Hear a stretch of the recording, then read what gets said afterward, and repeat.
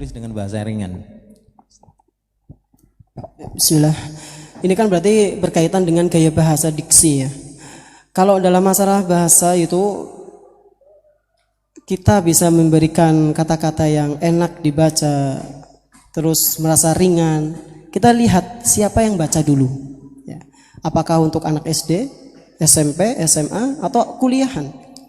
Ketika kita sudah tahu targetnya itu siapa. Kalau buku-buku anak itu emang targetnya anak-anak remaja, anak-anak muda. Jadi banyak yang bersajak, banyak yang ya apa itu namanya senandika. Senandika itu seperti buku cerita dalam ruang ini.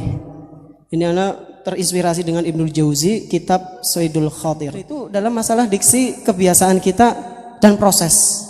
Lihat dulu siapa SD, anak SD. Kira-kira anak SD ini pakai bahasa yang seperti ini cocok enggak? Yang seperti ini cocok enggak? SMP mereka lebih senang bagaimana? Terus SMA itu bagaimana? Itu yang pertama. Lihat dulu mad'unya bagaimana. Kemudian yang kedua, supaya kita bisa melatih bahasa kita itu jauh lebih mudah, baca buku-buku yang ringan dibaca tapi berbobot. Contohnya apa Ustadz? Contohnya buku-buku asatidzah kita. Ustadz Abdul Zain itu bukunya ringan dibaca tapi isinya luar biasa. Nah itu akan mempengaruhi alam bawah sadar kita. Kalau antum misalnya pengen nulis, targetnya anak-anak muda, ya antum baca buku-buku novel. Tapi anak sarankan ikhwan, novel itu banyak sekali liberal masuk di situ. Nanti ketika kita ingin mendapatkan materi berat disampaikan mudah, alam bawah sadar kita akan membawa kita bahasa sebagaimana yang sering kita baca. Ya di antara kekurangan dalam tanda kutip, ya kita ini kan sering bacanya kalam ulama ya, maksudnya sistematis kaku dalam tanda kutip, maksudnya ya kalau untuk orang-orang awam itu bahasanya ya seperti itu ya. Nah untuk mencairkan sendiri diksi tersebut, antum baca buku-buku umum ya.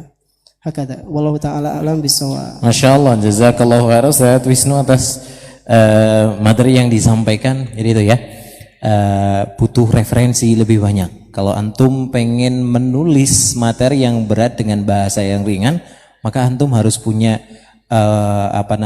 library ataupun perpustakaan bahasa Indonesia yang lebih luas lagi. Dan ini saya sampaikan kemarin, saya sempat sampaikan di kelas 3 ya. Ini nasihatnya Ustadz Dr. Haris Munandar hafizahullah taala ya. Ustadz Dr. Haris Munandar hafizahullah taala, beliau punya kelebihan, beliau bisa menerjemahkan fauriyah, langsung baca, terjemahkan bisa, dan cara menerjemahkannya bagus.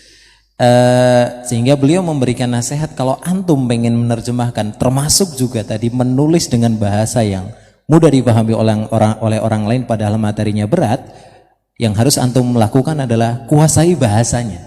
Jadi kalau antum pengen nulis dengan bahasa Indonesia supaya mudah, berarti antum harus menguasai bahasa Indonesianya.